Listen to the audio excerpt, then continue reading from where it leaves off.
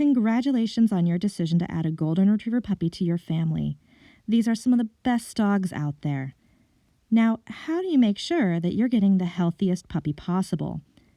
Considering a puppy is a decade-long commitment, we want to help you make sure that you're getting your best shot at a decade-long healthy dog. Let us help you learn how to verify health certifications on your puppy's parents. Let's start with the Golden Retriever Club of America's website.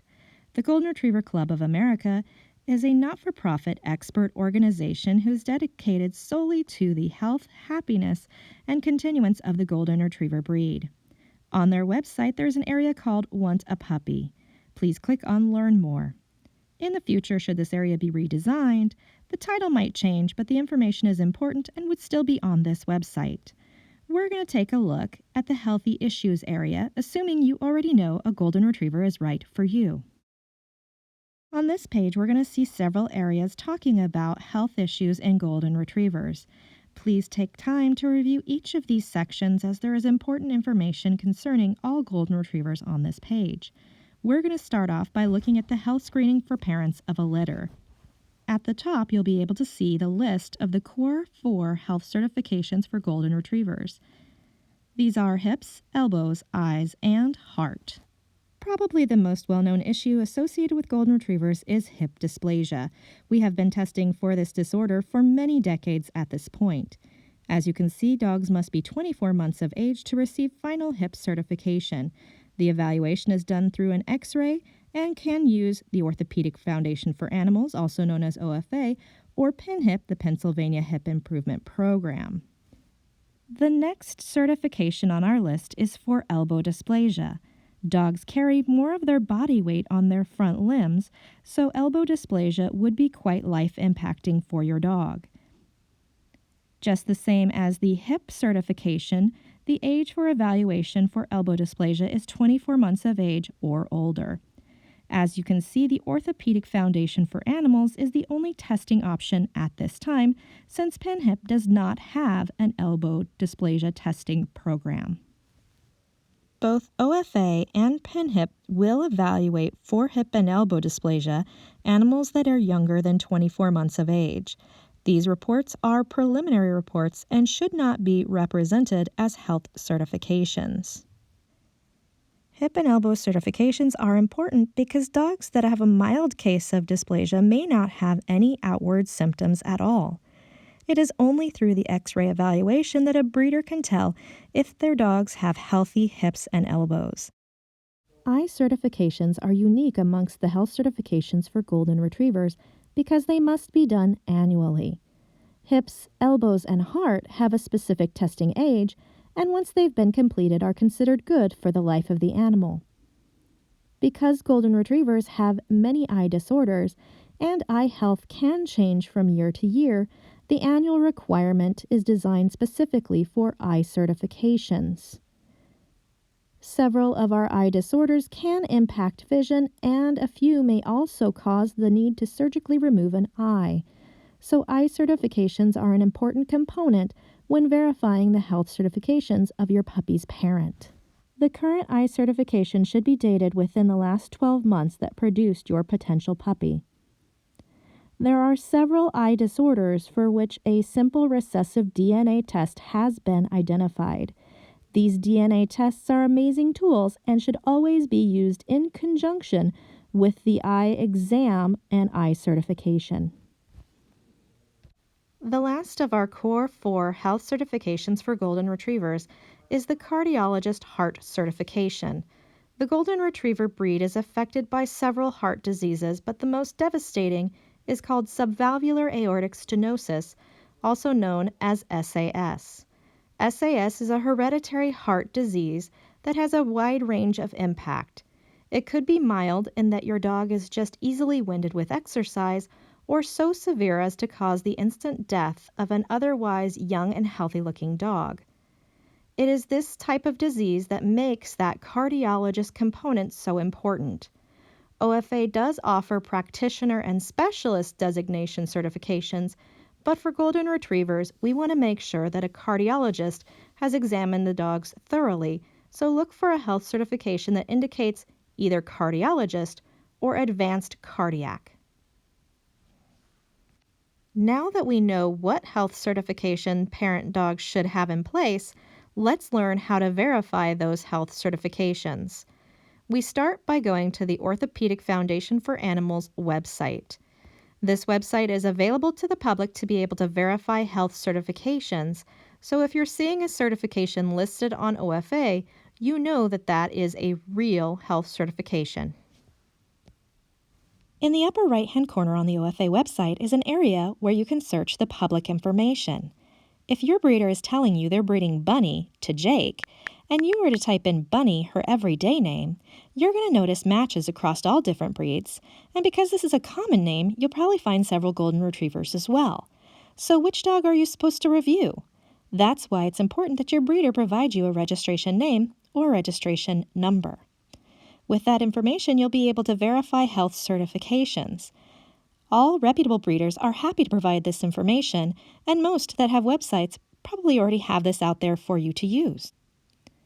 So let's take a look at what full and verifiable health certifications will look like. Once the registered name or number is put in, you'll be able to see a match to that specific dog. On this page, we can see that there's a logo that says Chick in red, and the Chick designation indicates that this dog has completed the Core 4 health certifications. They may not have passed, but they definitely have completed them, and they are verifiable online. Once we get into the dog's individual page, we can see the test results for that particular dog. This dog, as you can see, has had eye exams multiple times throughout its life and has definitely passed all certifications. This dog's first eye exam was done at 5 months of age. And importantly, there is, as of the date of this recording, a current eye exam on file. Please be aware that test date and report date may differ, so always make sure to verify test date is in the last 12 months for any dog that's going to be a potential puppy parent. The next health certification we're going to look at is the heart certification, also known as the cardiac certification. If you see the wording advanced cardiac here, that was accomplished under the new testing scheme by a cardiologist. On older dogs, you will see the conclusion of the test, a dash, and then the type of veterinarian that performed the certification. In this case, normal-cardiologist. The next two certifications, hips and elbows, I will talk about at the same time. Because a dog must be 24 months old and when making a vet appointment, usually the x-rays are done for both hips and elbows, they are usually submitted for certification at the same time. There is only one normal or passing grade for elbows, and this holds true across all testing schemes that are currently available, and that is normal. If an elbow is rated with a number, a 1, 2, or a 3, that is the grading of the severity of the dysplasia in that elbow. For dogs tested under the OFA HIP certification program, there are only 3 normal or passing grades. They are fair, good, and excellent. Since PINHIP does not maintain its own publicly verifiable database, OFA will accept for listing all PINHIP scores. PINHIP is more confusing to buyers because it's very difficult to tell if a dog has good hips or if it has bad hips. PINHIP has designated a distraction index, or DI score, of 0.30 or less as low risk for dysplasia. For the Golden Retriever breed, our average is 0.55. PINHIP recommendation says that Golden Retrievers with a distraction index of less than 0.55 would be acceptable for breeding programs that are looking to improve hip scores. On this page, we can also see the Chick qualification. I mentioned Chick earlier as a little red logo next to the dog's name. Keep in mind that Chick qualification means that the dog has taken all of the tests for the Core 4 certifications, but it does not necessarily mean that they have passed. As we did with this dog, make sure that you are looking at all of the results from the testing to ensure that the dog has successfully completed the tests. The Chick certification logo will appear in gray when the eye exam has expired.